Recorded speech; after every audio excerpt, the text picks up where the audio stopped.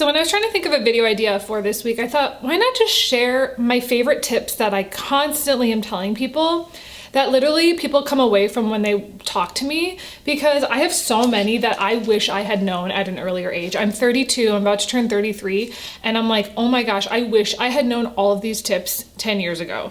So today I'm sharing with you my 10 most frequently shared life advice, just in a couple different categories, and I just wanted to share it with you guys today because I think you will learn something from this video. So make sure to subscribe for more content, for more ADHD, Notion, all the stuff. With productivity tips, first off, ChatGPT can be used for so many things that you might not think of. And so one of the thoughts I always have if someone's stuck is, have you asked ChatGPT? There's a bunch of ways now to use it in multiple different apps, but for me, talking to it using auto transcription and just asking ChatGPT to help is always my first response if someone's stuck.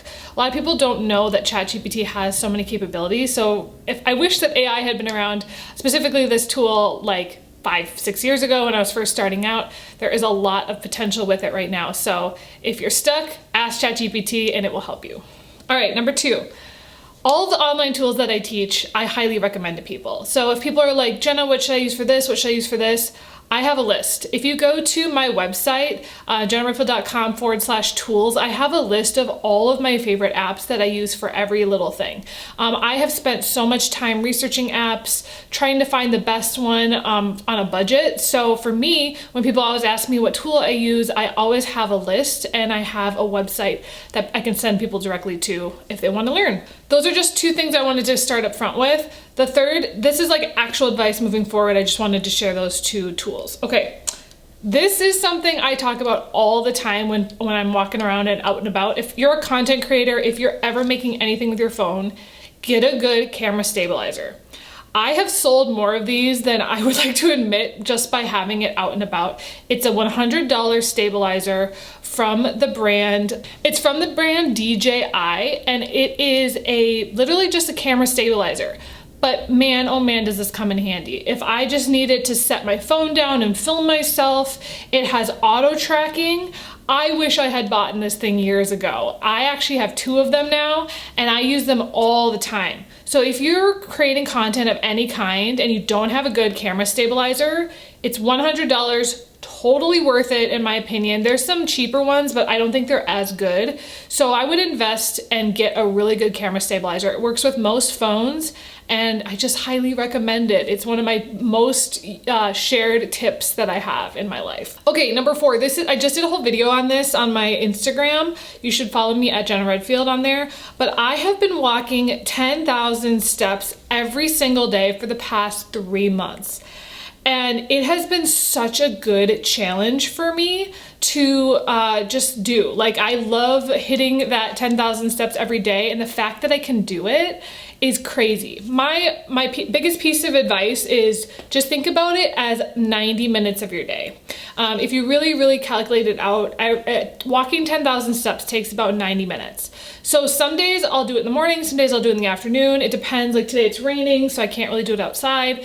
I do have a treadmill at my house. I do have a local indoor track that I go to in the winter, or I'll walk outside. Those are kind of the 3 things I do. So having a place to go, trying to fit it into your day. You don't have to do it all at once. Sometimes I'll do an hour here, 30 minutes here, 30 minutes there, whatever. Hitting 10,000 steps a day and tracking it. I have an Apple Watch that's helpful for tracking my steps. It's just so good to be active and keeping your body moving as you get older. Okay, this is a new one in my life. And it's one that I'm gonna be doing a full video on, like a really long video, but I wanted to mention it here. And that is to do genetic testing. Now you might be thinking, what? Why? A lot of you guys that watch me have ADHD, and what a lot of people don't know is that there's actually a lot of genetic components to ADHD. And one of the things I didn't realize about myself was that I actually have some genetic mutations, as do many people with ADHD. So this is what I'd recommend doing. First off, doing an actual Ancestry or 23andMe test. These are very easy to find. You can just buy them online. I did an Ancestry test like 10 years ago, so I've had the results for a long time. What you don't realize is that when you take an Ancestry DNA test, you actually get a copy of all your DNA, like raw, that you can download, and you can upload it to other sites. I just found this out a couple weeks ago. Turns out I have some pretty specific gene mutations that I'm now working with my naturopath doctor to work on. Basically, it means that I have some nutrient deficiencies and I need to make sure that those are being worked on. I also found out that I am intolerant to gluten, so I have recently in the last week gone gluten-free. I'm working right now on my skin, my acne, so I'm really working with this naturopath. We're going to be doing some hormone testing. I've just learned a lot about what I should and shouldn't be doing with my body as a result of the genetic testing results. So I highly recommend both getting it done as well as working with a specialist. I'm reading the book Dirty Genes, as well as I will be coming out with a video very soon to talk about some of my gene mutations, how common it is in people who are on the neurodivergent spectrum. But I highly recommend, if you just haven't, just do an Ancestry DNA test because you can do a lot with those results. Okay, so number 6, this is my most frequently promoted quote that I like. I don't know if I made it up, but it's basically my life motto. Life is a numbers game. Basically what this means is everything is dependent on how much effort you put into it. So a lot of people put like 2 attempts into something and then they give up because it's not working. But if you think about it statistically, like that's not a high likelihood that something will work. You have to specifically keep trying, and eventually you're gonna get a hit, or you're gonna see something change. You're going to see some results. And if nothing is happening, that means you're doing it wrong. So even if you do 100 attempts at something and nothing works, that means that you need to change up your approach. So for me, it's like, okay, if I, keep trying something and it keeps working, obviously you're doing something right. Life is all about a numbers game. It's all about trying and figuring out the right amount of effort to put into something and changing it if it's not working. Number 7, this is a really important one I learned last summer. I read the book Bug in Our Brain, which I highly recommend. I actually interviewed the author Robert Christensen on my podcast. That book changed my life because it really made me realize how important self-worth is to everything that you do. If you have a really low self-worth, nothing you do is going to change. If you don't have a good view of yourself, if you're really ashamed of yourself, if you have really low self-esteem, self-confidence and self-worth are not the same thing. It's really how much you feel value in yourself.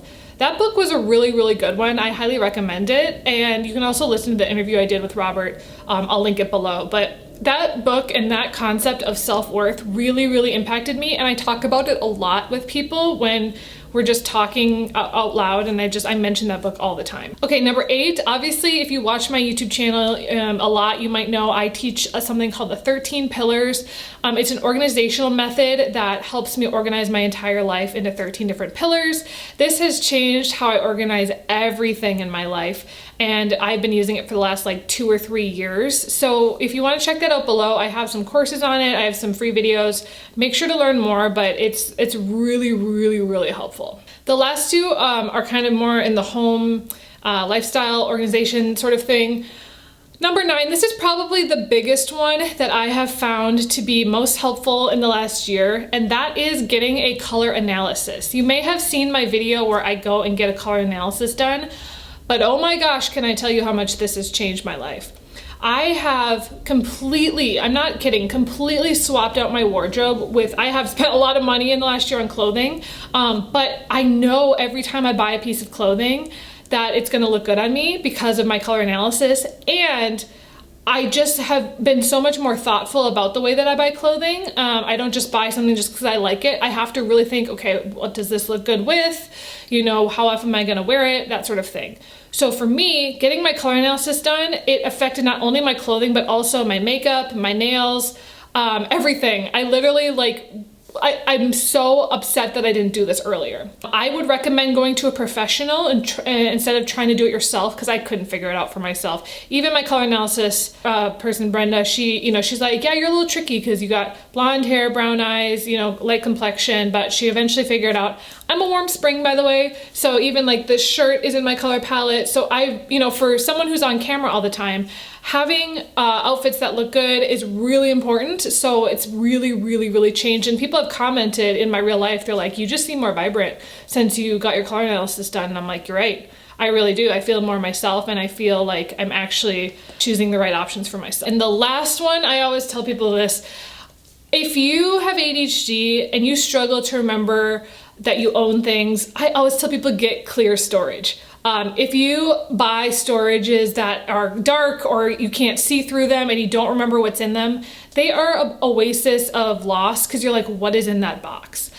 Ever since I found out that I have ADHD, I have bought in clear storage only. Like, I will only buy clear things. What's nice is then it also makes you want to clean the inside of whatever that is in that container, so it also looks nice.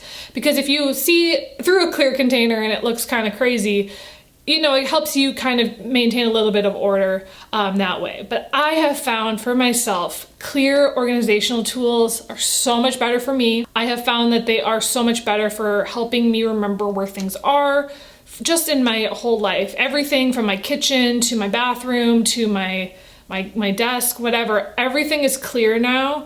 And it's really, really made a difference in helping me remember what I have and not buying more than I need. So these are the 10 tips and tricks and tools that I have been recommending to people for the last couple of years that I talk about all the time in my personal life, and I wanted to share them with you today. So if you guys like that, make sure to subscribe for more. I will be doing a video on the genetic testing very soon. It is going to be a longer video, so I'm really gathering a lot of information. I might even be doing some interviews on that. So if you want more on that, let me know, and I'll see you guys next time. Bye!